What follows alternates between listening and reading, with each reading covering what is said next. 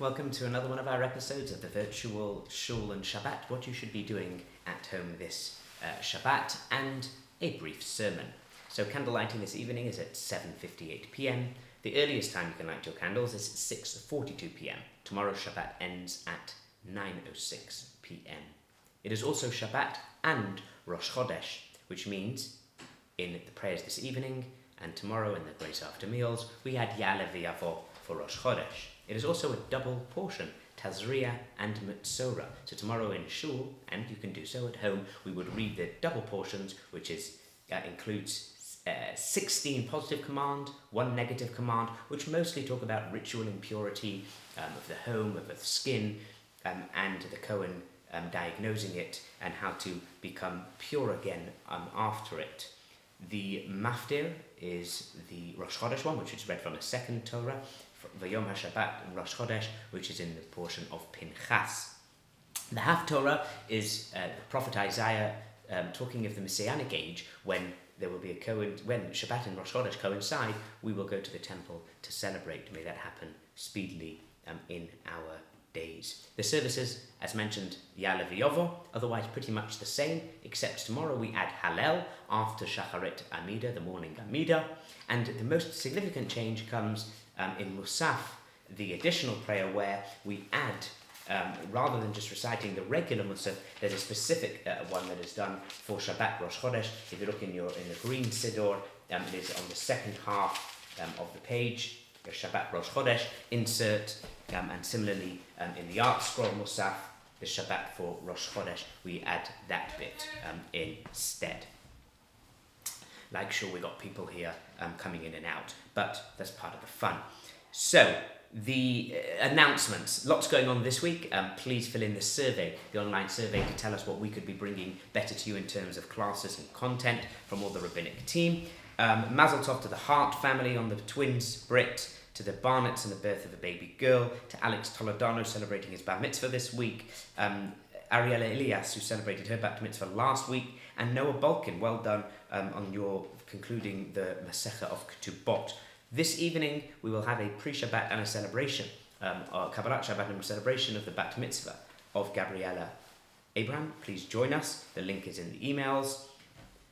7 p.m. we will have pre-Shabbat L'chaims as well. There we have Shabbos in your home observed. So 2 painters get the job to paint the synagogue, but they're running low on paint. So they pour some water in and manage to paint the entire wall. Just as they finish, a great thunderstorm comes. Rain comes and washes away all their work. They look at each other in dismay, and as the clouds part, a booming voice comes down. Repaint and thin no more. How's that? Not so great? Well, there's another one. Shlomiel the painter from Chelm. He gets the job to put the marcations in the new highway coming in to the city of Chelm. His boss sees after the first day he's managed to do 300 markings. He's like, that's fantastic. And he pays him his kopecks. Second day, he's not so good, and he only achieves 150 markings. He says, listen, you're not as good as yesterday, but here's your kopecks. The third day, he only manages 30 of these markings. He says, you're building the highway to Chelm. First day you did amazing. Second day, not bad. Lousy. Today, what's going on here? He says, listen, boss, it's difficult. Every day I'm getting further and further away from the paint can. Okay. But I tell these jokes because one of the mitzvot, one of the mentions in this week's Torah portion is the discoloration of the paint or the stone in a person's home. And the Kohen, the priest, would come and diagnose it and perhaps have to purify it by even knocking it down. And the sages note a nuance in the verse of this command, where it says, God said to Moses and Aaron, Ki tavo el eretz Canaan, when you come to the land of Canaan and in your home you find this tsaras. And they say, why does it mention here Canaan specifically? Usually it says when you come into the land. Why does it say to the land of Canaan? And they note that the Canaanites, hearing the Jews will be coming to their land, take all their precious treasures and jewels and hide them behind the wall, anticipating that one day they will beat the Jews, the Israelites, and reclaim their home and retrieve the possessions that they have hidden.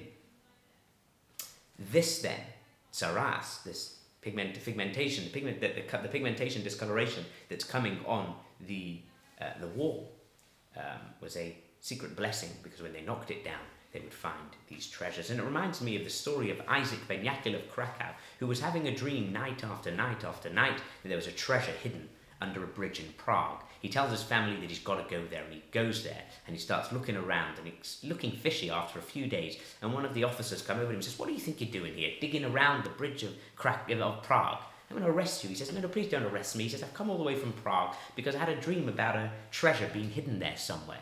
He laughs at him, the officer, mocks him. He says, "You know what, I've been having a dream for a few weeks that in the centre of Krakow and so street, under the oven, is a treasure hidden." Inside his brain lights up. That's his street. He runs back to Krakow as fast as he could, digs underneath his oven, and lo and behold, the treasure is there. And with it, the story tells us, the legend tells us, he builds the synagogue of his town. I tell this story and the connection to this verse for two points in the times which we find ourselves. Firstly, often we go outside in search for happiness, for meaning, for relaxation, for pleasure, thinking that if we go somewhere else we'll be able to get that experience. And sometimes we go elsewhere to try and find out who we are.